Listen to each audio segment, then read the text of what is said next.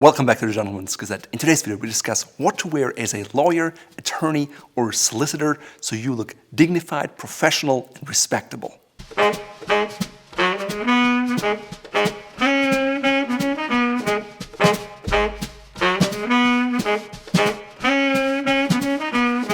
As you know, first impressions count. According to a 2009 article of the Personality and Social Psychology Bulletin, the outward appearance and what you wear is a top factor in how you're perceived by others.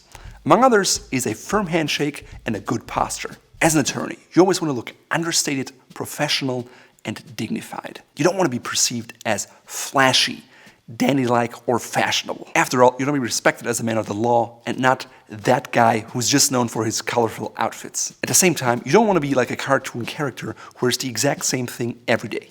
So what should you wear? This is what we discuss in this video. We talk about what to wear at the office, when you meet clients, and in court. If you want to learn how to dress for a job interview as a lawyer, please check out this video series here. Of course, if you work in environmental law, or if you have a lot of musicians or artists as your clients, your dress code will be more relaxed. This video covers what's appropriate for 95% of lawyers out there. Let's start with a hallmark of a lawyer's wardrobe, which is the suit. I'm wearing one here right now, single-breasted, go with a notched lapel. Ideally, you have some cuffs at the bottom, or you can go without a cuff.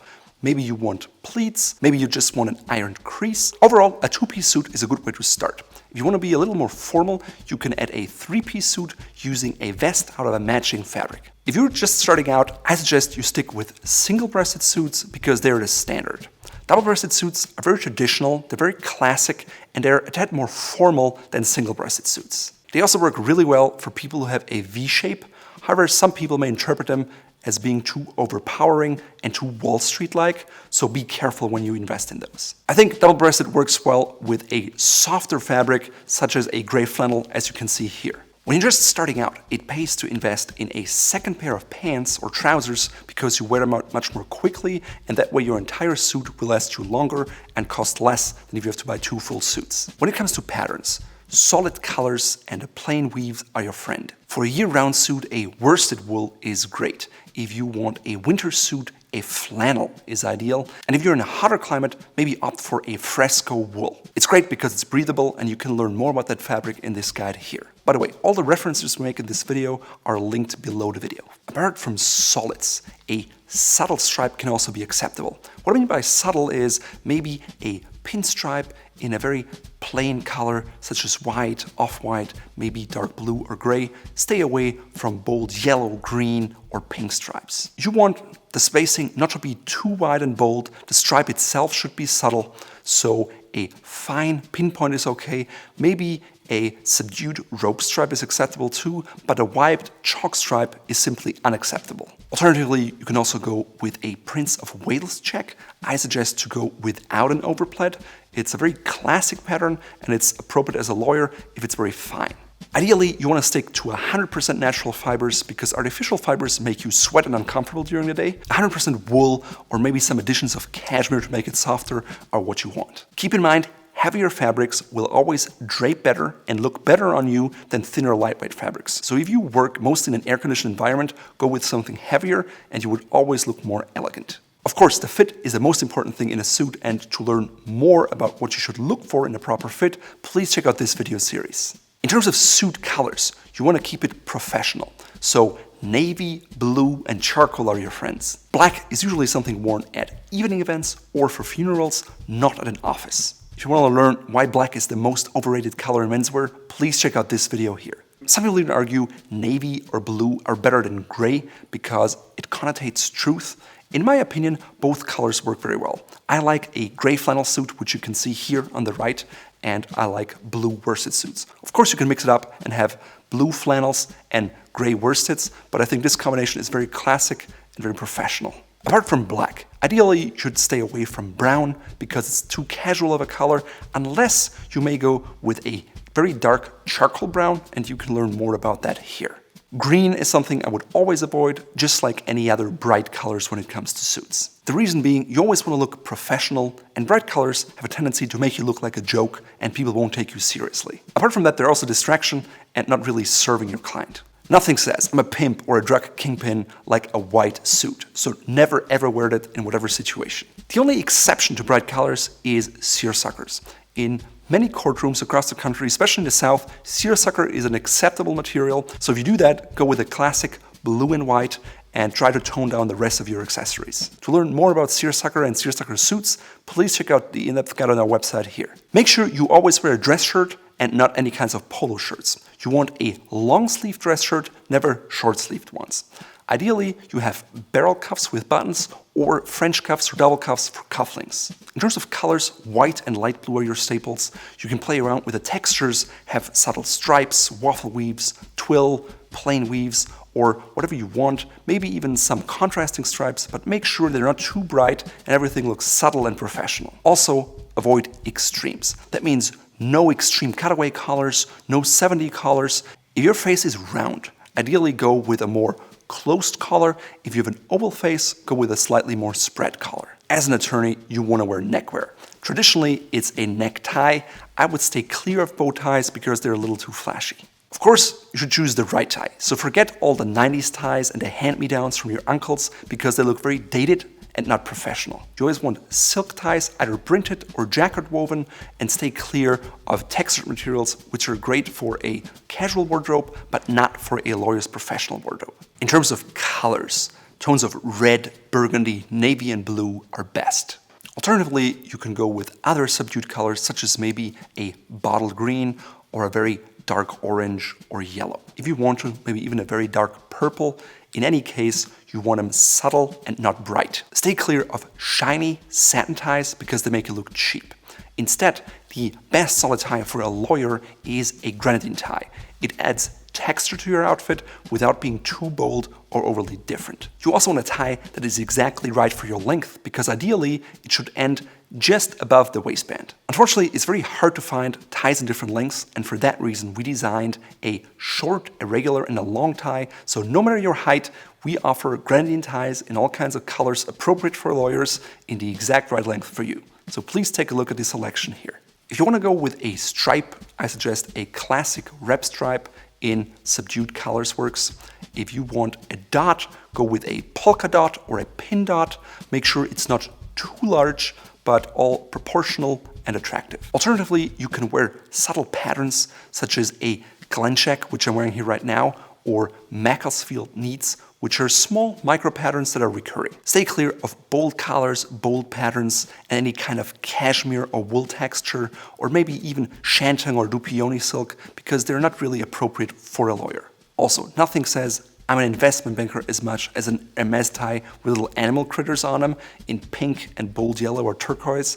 Stay clear of those ties. You're a respectable lawyer. Another tie that's very underrated for lawyers is the silver and black tie. It's a very formal tie. At the same time, it works well with navy, blue, charcoal, and mid-grays. It works well with all kinds of hair colors, and it's just a wonderful tie for any kind of formal occupation, such as an attorney. For a large selection in all kinds of lawyer-appropriate ties in 3 different sizes, please check out our shop here. No attorney's outfit is complete without proper over-the-calf socks. A lot of lawyers out there wear short socks that expose their calf and their calf hair.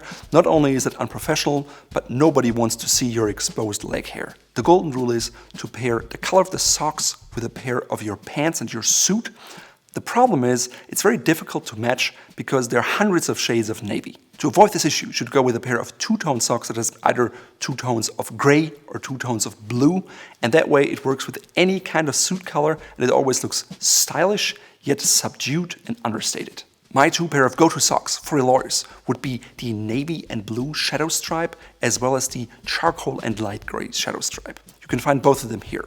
If you want to go a little bolder, you can either have the navy and yellow shadow stripe or maybe the navy and red. If you want something solid but you want to be different, I suggest to go with a socks with clocks. They have a solid background in mid-gray, charcoal, and navy, but the fine clocks make them look different, make them look professional, and you stand out from the crowd in a very, very subtle way and only if you sit down. If you want to learn more about how to combine shoes with socks and your suit, please check out this guide here. With accessories, the same rule applies as with all other things in a lawyer's outfit. Keep it simple. If you wear a French cuff or double cuff shirt, go with simple cufflinks in gold or silver. Stay clear of precious stones, maybe semi-precious stones in multiple colors, as well as enamel. It's simply over the top. I'm wearing a pair of silver monkey fist knot cufflinks, which are very appropriate for a lawyer's outfit. You can also wear them in gold or maybe rose gold, depending on what other accessories you usually have. Apart from cufflinks, a wedding band is acceptable, and maybe a signet ring or a pinky ring if you wear it. However, if you're at an interview or if you're just starting out, it may be wise not to wear that and just keep it plain and simple. So if you're a partner, you can think about wearing tie bars or maybe collar pins. If you're just an associate starting out, I would suggest not to wear those because it could be interpreted the wrong way. Should you wear belt or suspenders? A belt is probably your classic choice and it's okay. Make sure it matches the color of your shoes, and ideally you want the metal parts to be tone in tone with your briefcase and maybe your cufflinks. Also maybe your monk strap buckle if you decide to wear that. Personally, I really like to wear suspenders a lot because they keep my pants at the same height all day long.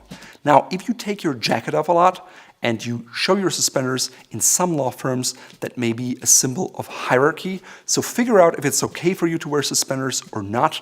When in doubt, stick with a belt because it could be interpreted the wrong way and be held against you. For the winter, I suggest you invest in a dark overcoat, either single-breasted or double-breasted. Double-breasted helps because it keeps you warmer. Also invest in a solid cashmere scarf, maybe in a shade of blue, or go with a subtle pattern such as a herringbone. The ideal pair of gloves for your lawyer is not black, but gray, because it provides a contrast. It pairs with everything that you have in your wardrobe. At the same time, it's not as boring as black, and it's always professional and understated. For a selection of nice cashmere scarves and gray gloves, please check out our shop here. When it comes to shoes, I think most lawyers underestimate their impact. When it comes to suits, you can have a $5,000 bespoke suit, but if you wear it with cheap shoes, it ruins the entire look. Apart from Oxfords and Derbies, you may also want to investigate a monk strap shoe or maybe a double monk strap shoe. Word is also on the street that especially older lawyers will always judge you by the look and the quality of your shoes. So I suggest you buy the best pair you can afford. If you take care of them, rotate them and put them on shoe trees, they should wear you for decades to come, and the cost per wear will be extremely low. You definitely want a pair of Gucci welted shoes, and to understand the difference, what that is, please check out this guide. And for an in-depth comparison of $100 versus $500 dress shoes, please check out this video here. Now, I'm not saying you have to invest $500 in your dress shoes, and you can find Gucci welted ones starting at $200. But in general, the more you pay, the better the leather, the more comfortable, and the better they'll last, so you're comfortable all day. The first pair of shoes you should invest in is a black cap-toe Oxford shoe. If you have very big feet and it's uncomfortable, you can think about going with a black derby, but it's a classic wardrobe staple that you will be able to wear in court, at the office, and when you meet clients. On top of that, you may want to go with a brown shoe, maybe a very dark chocolate brown, or maybe something like a chestnut brown. If you go that route, you can go with a little bit of broguing, maybe across the cap, avoid full brooks, and only stick with half or semi-brooks at the most. Anything else would be too informal. To understand the differences between an Oxford shoe, a derby, and a bloucher, please check out this video here. Another underrated shoe color for men is deep burgundy or oxblood red. It's something that pairs with everything in your wardrobe, and it's very classic, but you can also wear it maybe with a blazer or a sport coat combination on casual Fridays. If you can just invest in 2 shoes, I would go with a black and a burgundy. If you can do 3, black, burgundy, and dark brown. For a 4th and 5th pair, I would maybe go with another black pair, one as a plain cap-toe Oxford, one with slight broguing, maybe on the cap-toe, because then you create different outfits and you can rotate your shoes, and that way they last you even longer. Always avoid square-toed shoes because they make you look cheap. In the same vein, stay clear of snakeskin or alligator shoes because they make you look too flashy. For the same reason, stay clear of any other colors like blue or green. It's just over the top. Definitely avoid slip-on shoes or loafer. They're great for casual environments, but not at a law office. Stay clear of shoe brands like Steve Madden, Kenneth Cole, Banana Republic, or Johnston & Murphy. And if you really want to know what I think about all kinds of different shoe brands, please check out his live sessions where I discuss just that. Now that you know what to wear, also think about your hair. First of all, make sure you get a haircut regularly or maybe a trim in between, because that way you always look very presentable and professional. To shave or not to shave, that's a big question. Traditionally, most lawyers would always go clean shaven for a professional look. I think these days you can find a lot of lawyers with a beard, so if you decide to go that route, make sure you have a clean, well-groomed beard and own it and wear it with confidence. No matter if you go with a beard or clean shaven, wear it with confidence and it will make you look very professional, like a proper lawyer. So what to wear on casual Fridays? Most law firms in the US have implemented a dress code, and to get a basic understanding of what that means for men, please check out this video here. Now, I just provide general guidelines there, and ideally, you want to maybe talk to your secretary and ask her what's appropriate, or simply look around you. What are other people wearing, and especially, what is your supervisor wearing? Because that will give you a good indicator what's expected from you.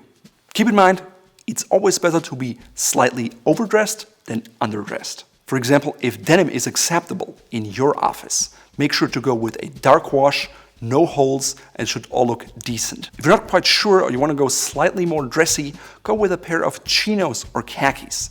And to learn more about the intricacies of that garment, please check out this guide here. If you want to learn more about accessories or things like briefcases for lawyers, I suggest you take a look at lawyerist.com, who have covered these things in depth. In terms of tie knots, I suggest to keep it simple. Avoid a Windsor knot because it's too big and it makes you look like a used car salesman. Instead, go with something like a 4-in-hand knot. You can learn how to tie it in this video here. Now, some people prefer to go with a dimple, others prefer to go without. Personally, I always like to tie a dimple, and if you want to learn how to tie it every time, please check out this video here. Pocket squares are an accessory that work really well with suits. For lawyers, however, I suggest you keep it crisp, simple, and clean, which means a simple white linen pocket square with hand-rolled edges. Although you can have different folds, such as a ground fold or a puff fold, I think for lawyers the most acceptable, and some say the only acceptable fold, is a TV fold I'm wearing here right now. If you want to learn how to fold a pocket square that way, check out this video here. And for a great selection of white pocket squares with your first initial, please check out our shop here. Oh, one more thing. You're a lawyer, so wear a proper briefcase and skip the backpack. That makes you look like a boy and really cheap, and it's inappropriate. In today's outfit, I'm wearing a typical lawyer's outfit consisting of a 2-piece dark navy suit. It has 2 buttons because 1 would be too little and 3 may be too much. The pants were made for me, so I have side adjusters and neither a belt nor suspenders. The shirt I'm wearing is plain white with a medium spread collar. It's not too extreme. The tie I'm wearing is a red, black, and white Prince of Wales check tie. It's a very small pattern, it's very subtle, and I tied it in a 4-in-hand knot with a dimple. You can learn more about how to tie knots in this series here. The shirt has French cuffs, so I'm wearing them with silver monkey fist cufflinks from Fort Belvedere. I could also wear them with gold ones or rose gold ones. My pocket square is a white linen pocket square from Fort Belvedere, folded in a TV fold, which is probably the only acceptable fold for a lawyer. My socks are 2-tone striped shadow socks in navy and blue, and they go with any kind of navy.